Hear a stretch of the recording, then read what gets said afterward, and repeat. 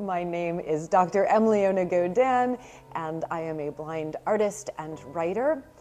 We are here at the New York Public Library. I am one of 15 Cullman Center Fellows this year, working on my new book about blindness and photography, image description, and AI. And I'm also the author of Their Plant Eyes, A Personal and Cultural History of Blindness. So Denis Diderot is this really interesting philosopher of the Enlightenment. Just saying the very word Enlightenment, we understand that there is this sort of fascination with blindness in a moment when it's all about light. Ignorance has been for ages connected with ideas of blindness, of darkness. Diderot is very interested in not just what we might think of today as being like higher learning, but he's very interested in everybody being educated. And I think that his interest in the blind in particular is meant to kind of mix things up in terms of kinds of knowledge that there are in the world. And so if a blind person is educated into learning through other non-visual ways, that might also be educational for people who see, right? And that's where the full title, Letter on the Blind for the Use of Those Who See, come in. Valentin Haüy doesn't talk about Diderot specifically, but he certainly was educated and in the Enlightenment certainly did read Diderot.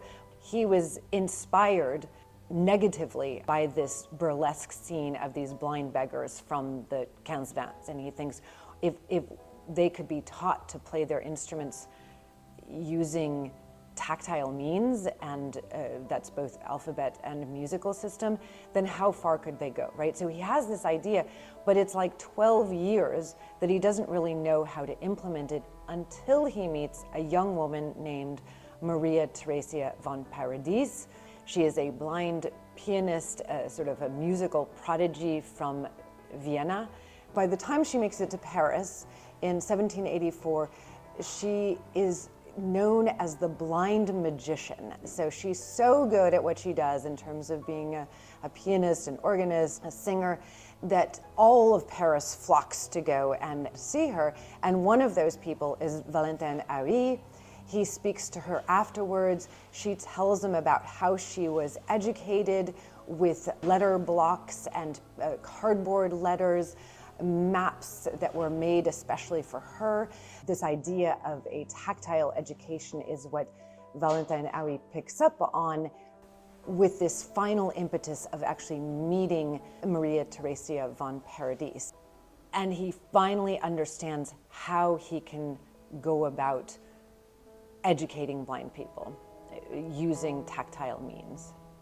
After Valentin Haüy meets Maria Theresia von Paradis, he goes out onto the streets and looks for a likely blind person to educate.